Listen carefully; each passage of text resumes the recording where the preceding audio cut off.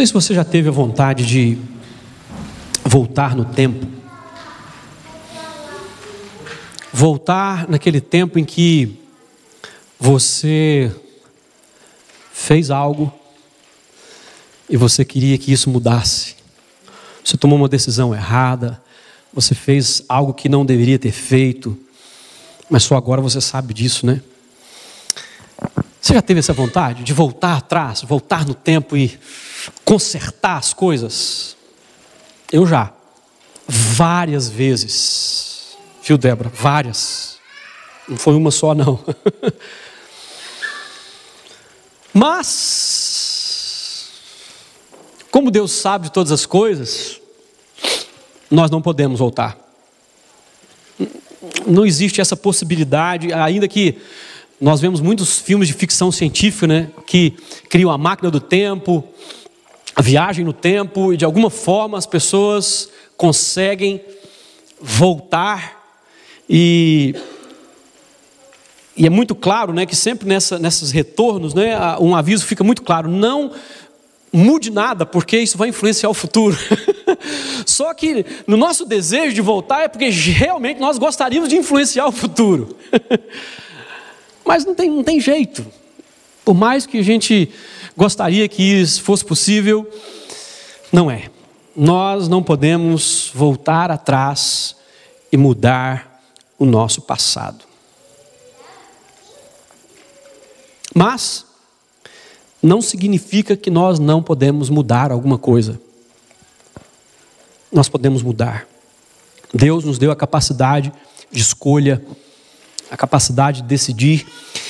E essa, na minha opinião, é uma das maiores provas do amor de Deus e da vontade que Ele tem de estabelecer um relacionamento de amor com você. Se chama a liberdade de escolha.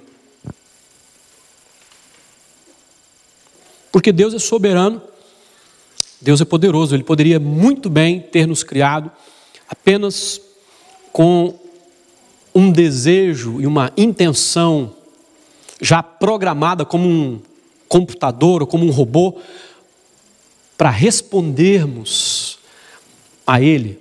Agora imagina que você tivesse, né, um Android, né, um humanoide, não é o Android celular não, né, é um robô, né, com as feições de uma pessoa real, bem real, né, para poder dizer para você, todo dia quando você acorda, o seu robô diria para você assim: eu te amo, você é lindo, você é maravilhoso, você é forte, você é conquistador, você é demais, você... Imagina, né, para encher a sua bola. O que você acharia disso?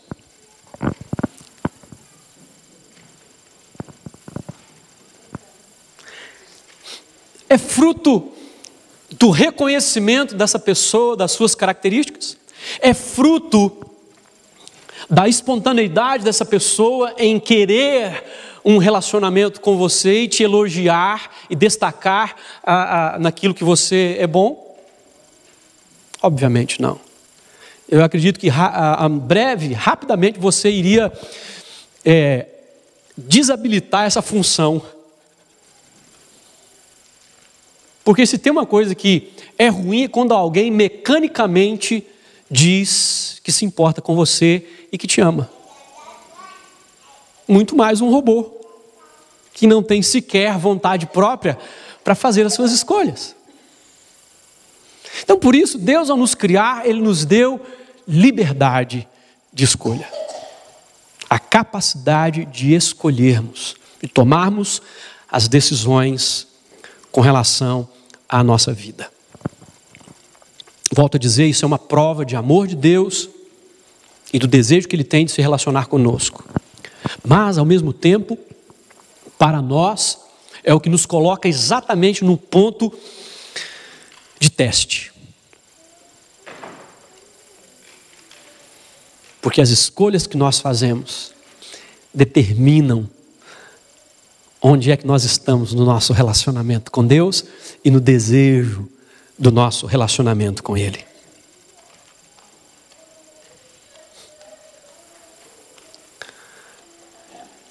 Eu gostaria de refletir um pouco com você hoje sobre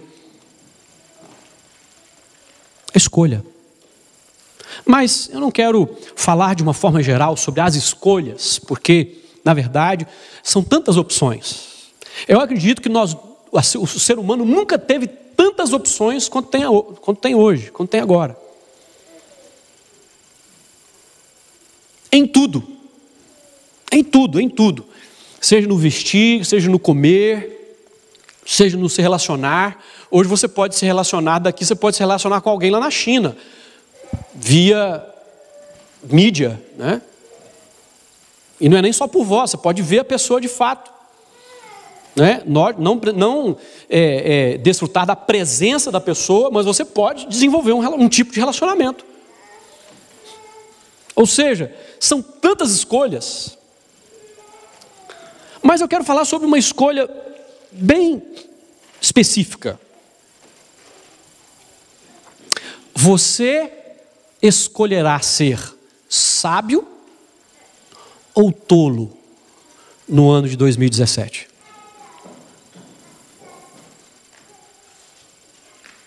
É uma pergunta que tem uma resposta óbvia. Eu acredito que 99,99999% das pessoas que estão aqui diria claramente para mim: eu escolho ser sábio. Intelectualmente, todos nós sabemos que ser sábio é muito melhor do que ser tolo. Mas mesmo sabendo disso, nem todos nós agimos em sabedoria, nem todos nós escolhemos a sabedoria. Eu gostaria que você lesse comigo no texto do livro de Efésios, no capítulo 5. Efésios, no capítulo 5, dos versos 15 ao 17.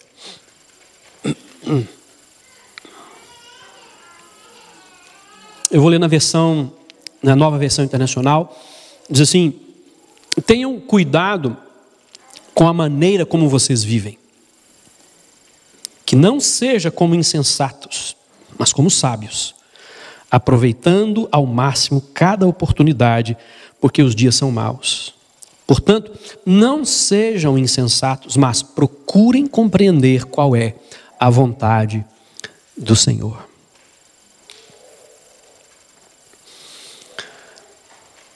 O apóstolo Paulo coloca de uma forma muito clara nesse texto, em que ser sábio ou ser tolo está relacionado com uma escolha. Está relacionado com aquilo que eu escolho viver na minha vida, com aquilo que eu escolho para a minha vida. E, em primeiro lugar, então, eu gostaria de destacar com você sobre o cuidado na escolha. Nós precisamos ter cuidado quando escolhemos a maneira como vamos viver. Só que a maioria das pessoas, elas vivem a filosofia de uma música antiga no Brasil, de um artista chamado Zeca Pagodinho, que diz: deixa a vida me levar, vida leva eu. A maioria, na verdade, vive assim, vivendo e deixando a vida levar, vivendo de acordo com o que vem, né, para você, com aquilo que acontece diante de você. As decisões, elas são tomadas de acordo com as pressões do dia, com as circunstâncias que te cercam, com as pressões das pessoas que te cercam, né? E a vida, ela vai vivendo dessa maneira. Você vai, né? E aí é uma coisa aleatória, é uma coisa onde você, ao chegar, e por isso muita gente, quando chega nessa época do ano, elas escolhem o tipo de roupa, a cor da roupa que elas vão vestir, né? Pensando que a cor da roupa vai determinar a sorte dela no próximo ano. Tem gente que de fato acredita nisso. Quem dera fosse tão simples, né? Quem dera fosse tão simples. Mas não é. É preciso ter cuidado nas escolhas. O apóstolo Paulo diz: tenham cuidado com a maneira como vocês vivem. que não sejam como insensatos, mas como sábios. Ele está dizendo então que a nossa maneira de viver, ela determina se somos sábios ou se somos tolos. A maneira que nós escolhemos viver vai determinar o nosso posicionamento com relação a isso. Se de fato somos sábios ou somos tolos. Mas o interessante é que essa escolha, ou essas escolhas sobre a maneira de viver, elas são tão, em alguns casos, elas são contundentes, elas são uma decisão grande, uma decisão forte, uma decisão que realmente muda a pessoa e o futuro, o destino da pessoa, assim, radicalmente. É mais ou menos quando no dia que você decidiu que você viria para cá, não é? A sua vida mudou radicalmente. Você estava indo neste curso e de repente mudou tudo. Você mudou de país, você mudou de cidade, você mudou de amigos, você mudou de igreja, você mudou de tudo, praticamente. Foi uma mudança radical. Mas nem todas as decisões que definem a nossa maneira de viver, elas estão relacionadas exatamente com isso, porque alguém pode sair do país de onde estava, vir para esse país e continuar vivendo do mesmo jeito. Continuar tendo uma vida tola, ao invés de sábia.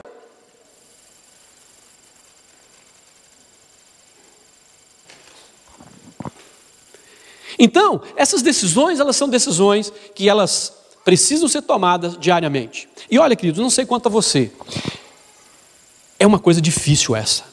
Não apenas de você tomar uma decisão, porque às vezes nós tomamos uma decisão hoje. A questão é você manter o seu posicionamento na decisão que você tomou. Todos nós sabemos disso, dessas resoluções de fim de ano, né, de emagrecer, de ir para a academia, né, de fazer alguma atividade física, né, de estudar, de ser disciplinado, né, de gastar menos, e assim vai. Mas e o que acontece? São resoluções que elas acontecem muitas vezes de uma forma simplesmente porque você sabe que precisa de mudança, mas elas são tomadas sem o necessário entendimento e o pensamento naquilo da maneira com que você vai sustentar aquela decisão. Porque, não sei quanto a você, mas eu tenho uma lista infindável de resoluções de fim de ano que nunca cheguei a concretizar. Ou eu estou sozinho nessa parada? Graças a Deus. Pelo menos não estou me sentindo um cara assim, né? Eu tenho companhia. Então, queridos, olhando para mim, olhando para essas questões, eu percebo que o grande problema não é a capacidade de decidir, e decidir naquele momento, no momento que você chega à conclusão de que foi errado, de que precisa mudar. O problema não é esse, o problema é sustentar essa decisão. É permanecer na decisão tomada, é perseverar. Então, veja bem, muitas vezes nós somos cuidadosos na nossa escolha, mas não somos cuidadosos na maneira com que nós reforçamos essa escolha. E eu acredito que se nós entendermos bem o que Paulo diz no desdobramento, né, desse texto, e como a segunda coisa que nós precisamos fazer, primeiro é ter cuidado da nossa escolha, mas em segundo nós precisamos entender os dias em que nós vivemos. Precisamos entender os dias em que nós vivemos.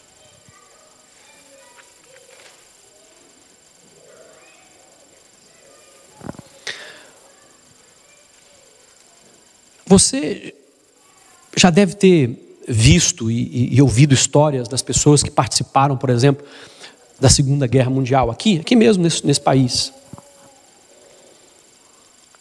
Você acha que o modo de vida dessas pessoas era igual ao modo de vida de hoje? Claro que não.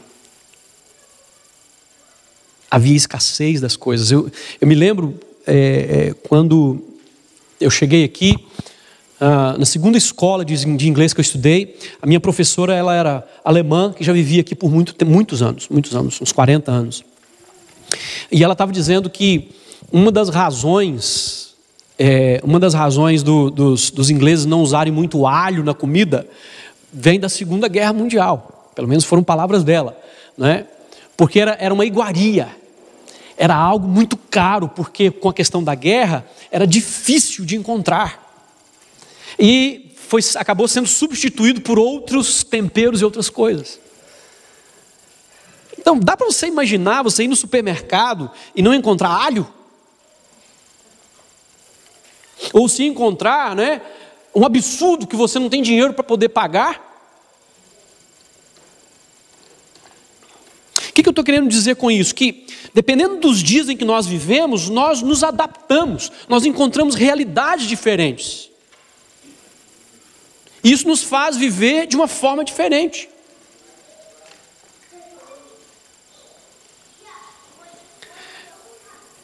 Eu vivi numa época, né, em que, pelo menos na minha casa, nós éramos 5 irmãos, e a nossa infância sempre foi com pouco, né?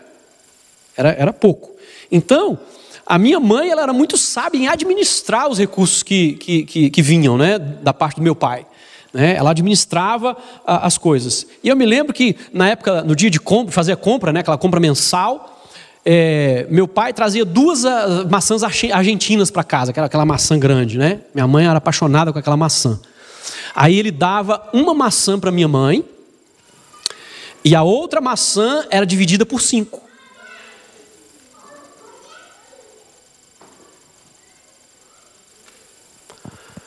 Hoje, se eu quiser comer 5 maçãs todo dia, eu posso.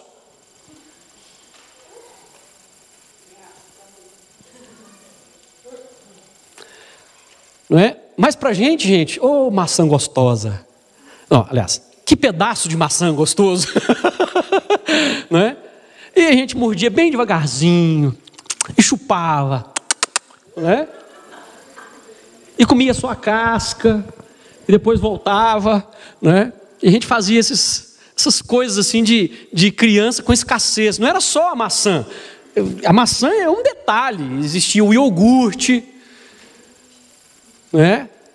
E existia a carne, que geralmente era no dia de sábado e domingo que a gente comia. De segunda a sexta, esquece. Né? Esquece.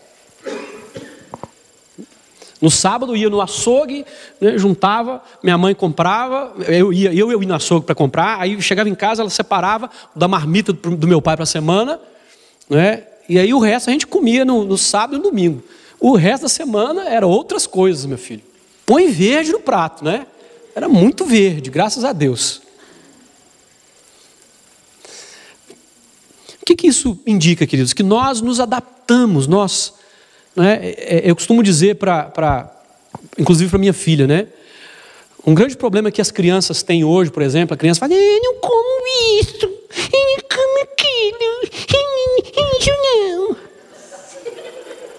É porque tem demais, é porque tem escolha demais.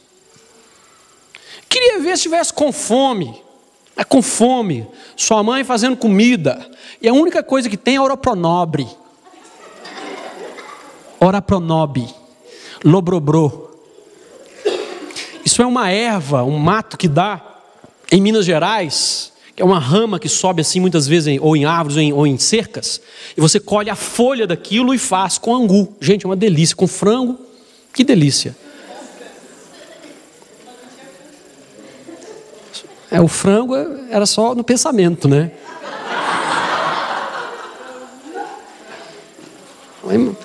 O bom é que a sua imaginação ela fica fértil, né?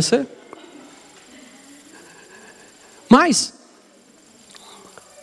se você tem fome e isso te é apresentado no prato, meu filho, você lambe os beiços e come com satisfação e dá graças a Deus que você tem. Sabe por quê? Porque você vai conhecer outras crianças, não era no meu caso, eu conheci outras crianças que nem aquilo tinha.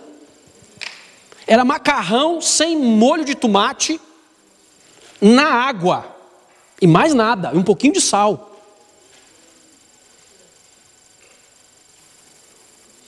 Então você é grato, você dá graças a Deus, porque você tem um verde no seu prato.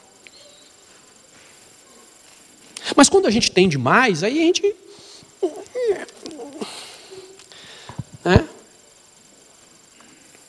Então, os dias em que nós vivemos, eles precisam também nos ensinar. E aí, é lógico, queridos, você sabia que para o cristão a abundância é pior do que a escassez?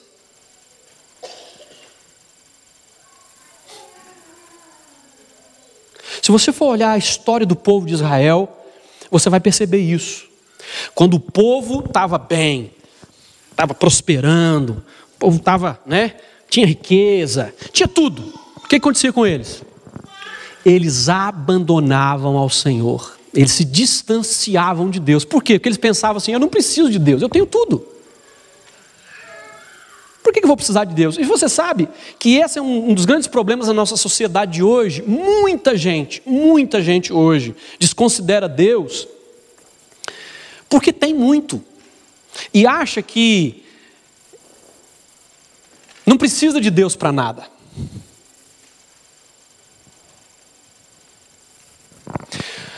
A abundância, ela é tão perigosa para as nossas vidas como cristãos. Porque a gente fica relaxado. Quando a vida está muito boa, a gente tende a se esquecer. A gente para de depender. A gente para de agradecer. E a gente se distancia de Deus. Nós precisamos entender o tempo que nós estamos vivendo. E o apóstolo Paulo, ele já dizia o seguinte: aproveitando ao máximo cada oportunidade, porque os dias são maus. Os dias são maus. E não se engane, queridos, não se engane, nós vivemos dias maus. Pode ser que você, na sua redoma de vida que você construiu para você, nos seus contatos, no seu meio e círculo de amizade, não aconteçam desgraças e misérias, mas isso não significa que elas não existem no mundo. A maldade do ser humano tem se evidenciado cada vez pior. Nós não imaginamos, às vezes, coisas que acontecem em determinados lugares, porque a mídia não pinta isso, e a gente também não é muito preocupado em saber. Eu não sou proclamador, queridos, de más notícias, não é isso. Eu só quero dizer que nós precisamos estar cientes do tempo que nós estamos vivendo. Não vai demorar muito, esse mundo que nós conhecemos vai entrar em colapso. E nós precisamos estar preparados. Nós precisamos que a nossa fé esteja preparada, que a nossa relação com Deus seja fortalecida. Nós precisamos entrar cada vez mais em entendimento, em relacionamento com Deus, e nos fortalecer também nos nossos relacionamentos como igreja, porque vai chegar um tempo em que vamos precisar muito mais uns dos outros, em que vamos precisar muito mais das orações, do apoio, da amizade, do companheirismo, de estarmos juntos diante de Deus.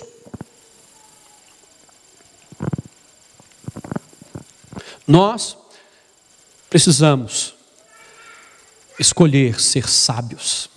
E ser sábios, no conceito de Paulo nesse texto, é entender o dia em que nós vivemos e por isso nos posicionar com relação ao que nós vemos e ao que nós enxergamos no mundo em que nós vivemos.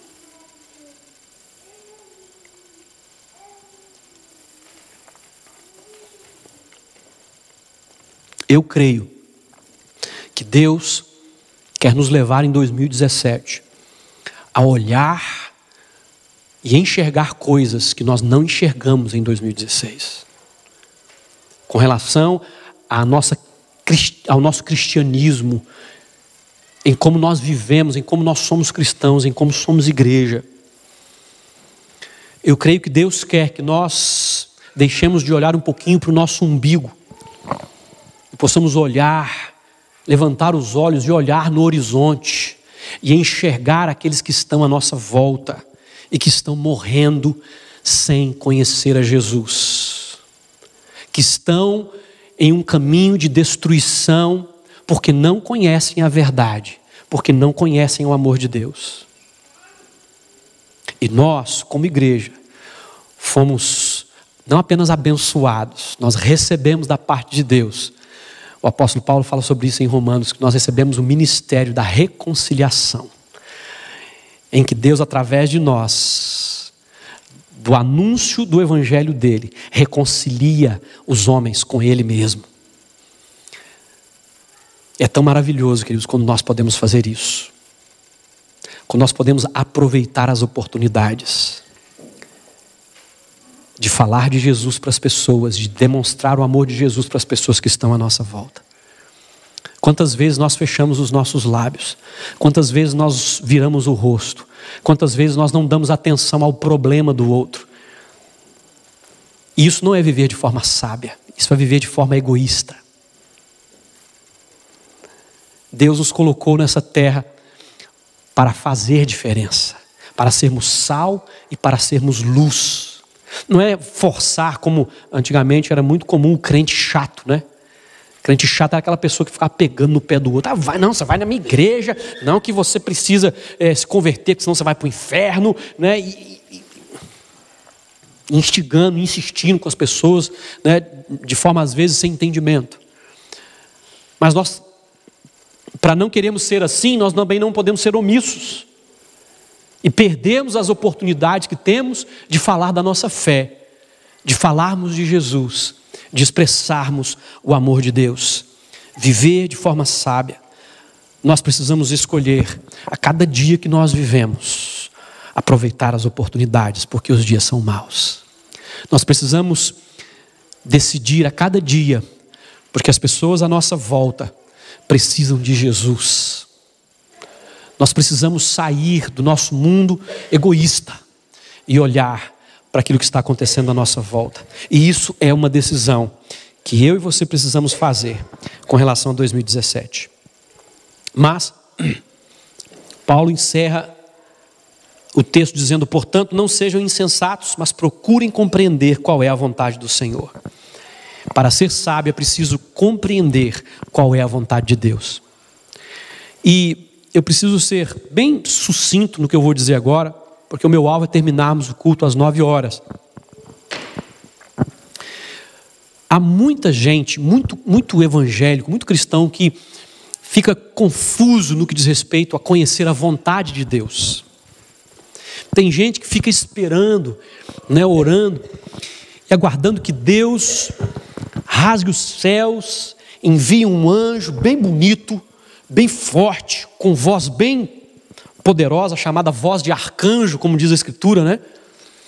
E bote o pé assim, bem, fazendo barulhão assim perto de você, né? E você sente aquele arrepio e vê aquela luminosidade, e aí, de repente, você ouve a voz dizendo: meu servo, eu quero que você... E aí, né, vai dar a listinha específica de tudo que você precisa fazer. E muita gente fica frustrada porque ela ora: Deus, eu quero fazer a tua vontade. Deus, eu quero fazer a tua vontade. Senhor, qual é a tua vontade? E Deus nunca rasga os céus, nunca envia o anjo, e você nunca fica sabendo dos detalhes que Deus quer para a sua vida. Graças a Deus pela vida do irmão Paulo, do apóstolo Paulo, porque não apenas ele, mas muitos outros apóstolos deixaram muito claramente registrada a vontade de Deus para você. Se você pegar esse texto mesmo que nós lemos, pegar o contexto dele, tanto o contexto anterior quanto o posterior, você vai perceber que ele começa então a falar sobre aquilo que nós precisamos fazer e que é a vontade de Deus para nós. Então muitas vezes nós perdemos energia e perdemos tempo de forma mística, querendo ouvir Deus falando conosco e arrupiar, né? E quando na verdade a maioria daquilo que é vontade de Deus para nós já está escrito, já está declarado, já é algo claro, mas mesmo assim nós não praticamos.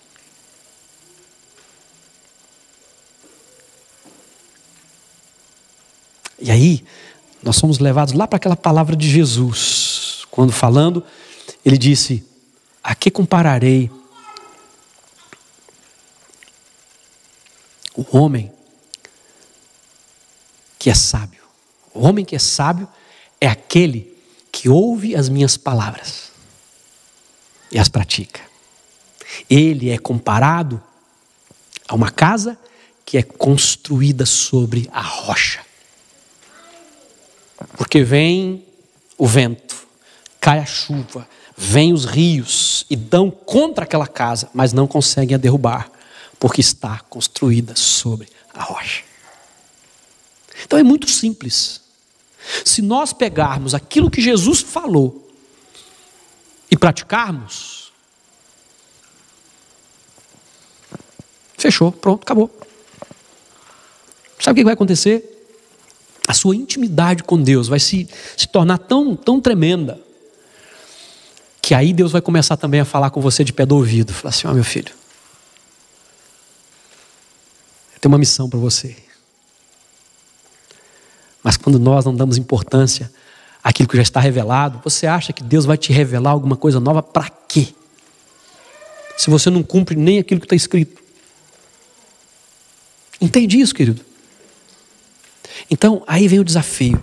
Se nós vamos ser sábios em 2017, nós precisamos praticar as palavras, os ensinos de Jesus.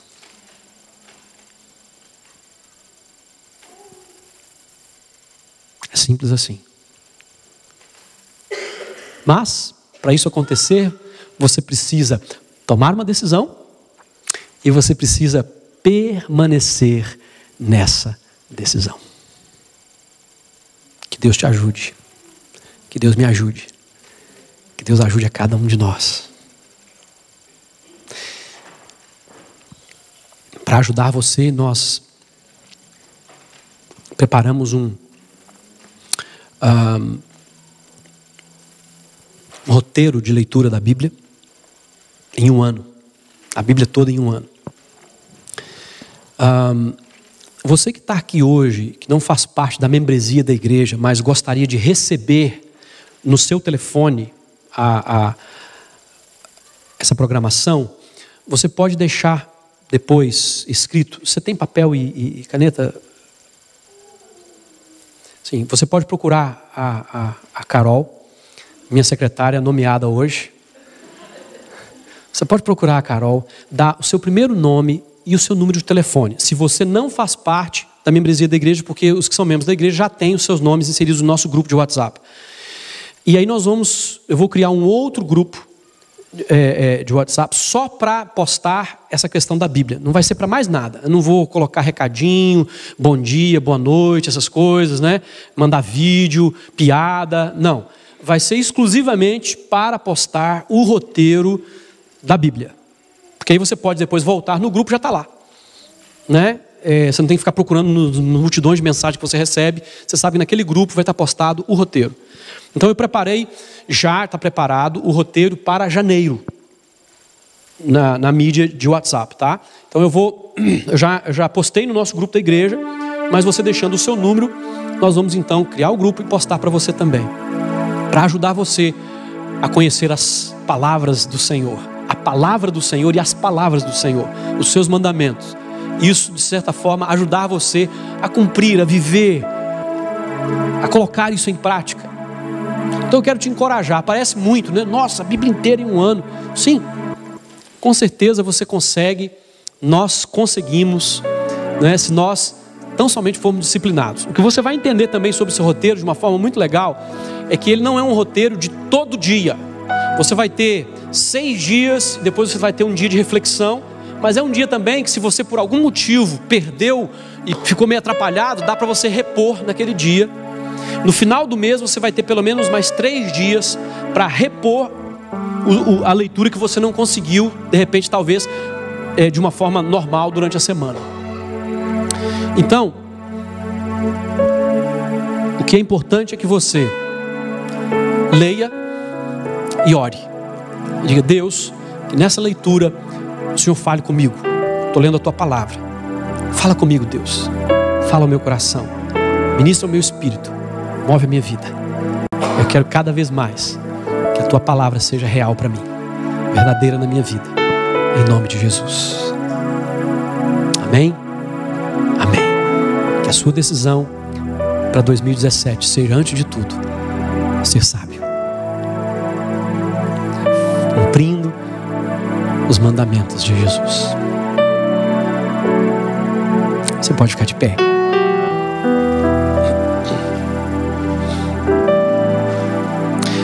No sábado que vem, nós teremos aqui um culto de ação de graças, que vai ser um culto de louvor, de adoração, de testemunho, de histórias de fé. Venha com o coração preparado para louvar, para agradecer, né? Para reconhecer tudo que Deus tem feito pela sua vida. Em nome de Jesus. Eu quero orar por você nesse momento. Se você puder fechar os seus olhos.